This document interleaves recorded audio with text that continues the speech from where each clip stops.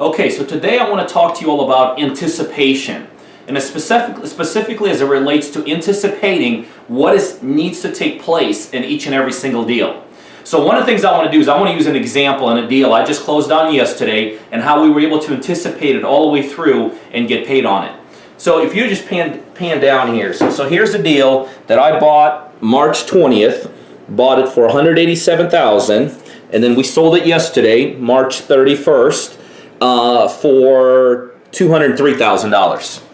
So here was the process we had to go through. When we initially bought the deal, I already knew that who we're going to sell it. We knew who we're going to sell it to. But our buyer had a whole checklist of things they had to go through in order to buy this deal, in order to close on it. Well, guess what? We were aware of that checklist.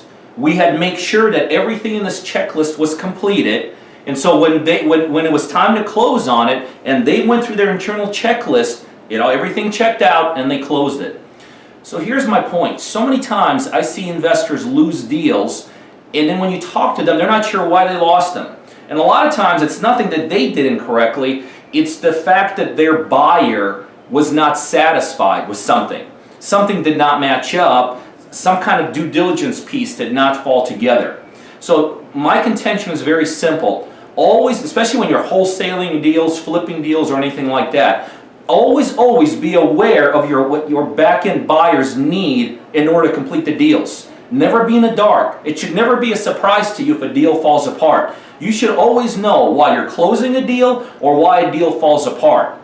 Most of the time, it's because whatever that checklist is on this side, whatever factors they need to go through have not been done correctly. So we always anticipate ahead of time what needs to happen in order for deals to close. We actually drive that checklist. We make sure internally, a lot of times, we complete those people's checklists. So for instance, in this deal, I know one of the things that needed to be done is this property had to be cleaned up in a certain way. There were certain parts of this property that had to be almost gutted out. Guess what? I didn't mind. We made sure it happens. Again, control the deal, anticipate what needs to happen, and when you anticipate what needs to happen, you're going to close a lot more deals when you just kind of throw your arms to the wind and just hope for the best. I hope that helps. You guys know what we do here. We show people how to do deals, and we do a ton of deals ourselves. So if you're looking to do deals in Atlanta market or over on the Georgia market, you're looking for properties, you need to send me an email. By now you should see my email scrolling across the screen. Tell me you want to see our inventory. We have great off-market properties, both equity and ROI driven. Just send an email to me, just say add me to the buyers list. The second thing we could help you with, if you're looking to do deals yourself and you want to build your own real estate investment business, we have private mentoring where you work with me directly and members of my staff, and we could help you develop whether it's a small business or a large real estate investment company.